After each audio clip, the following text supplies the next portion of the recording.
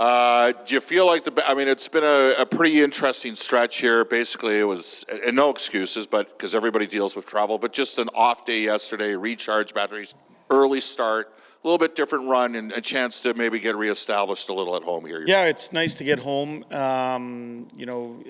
Like you said, this league, you can find excuses if you want to, but that's not the business that we're in terms of schedule or strength of opponents, all that kind of stuff. Those for us aren't where we go. We go to the fact that there's been some good things in our game. We're going to continue to try and build on that. And we know that we have a good opponent coming off a strong performance against Calgary.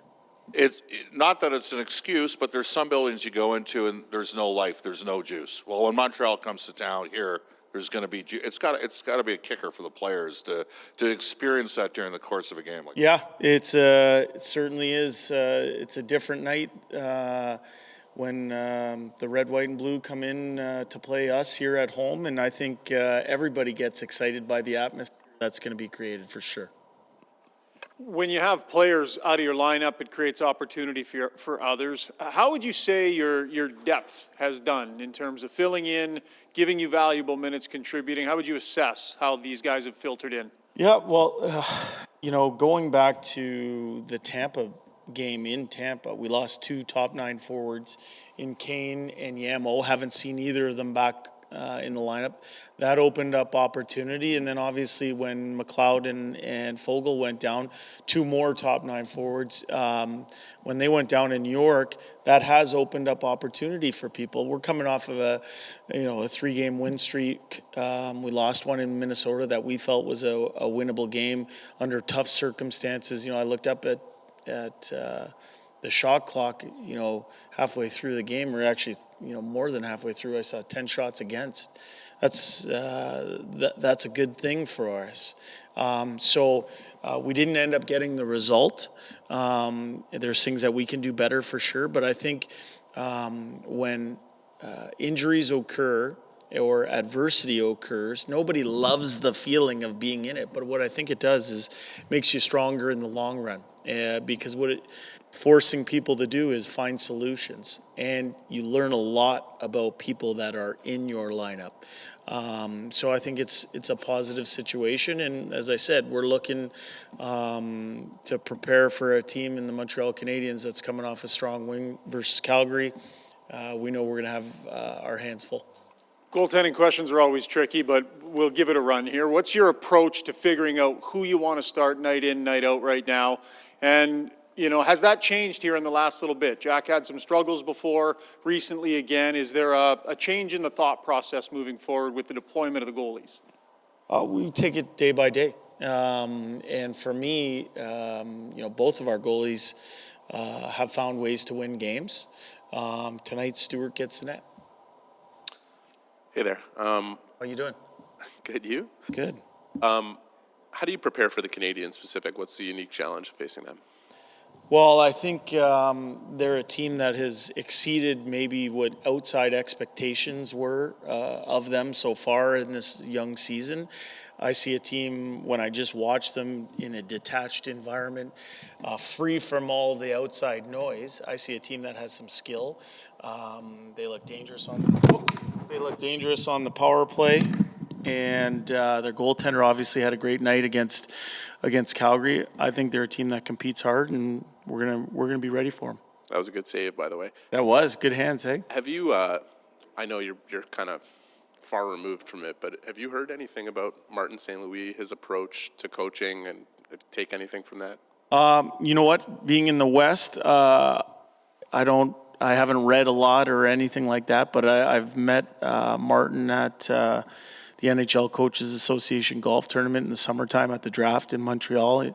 I sat in a presentation that he gave to the Coaches Association. He seems like a really smart and hardworking young coach, and obviously, their team's playing hard.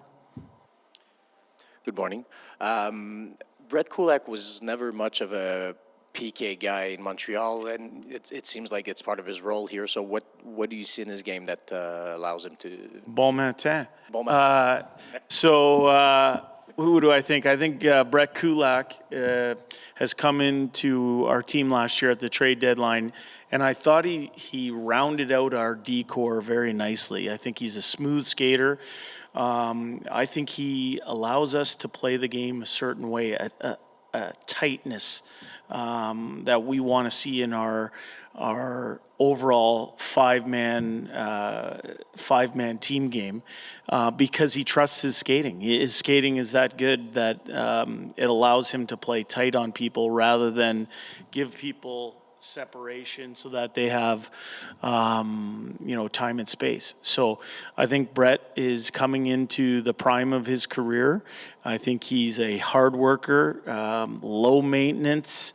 You know what you're getting night in, night out with Brett Kulak, and he's very much appreciated by his teammates, but also his coaching staff. Morning, Jay. This past week, I guess on the road trip, Darnell Nurse played his 500th NHL game. Can you talk about his most underrated quality he brings to this club? Leadership. That's something that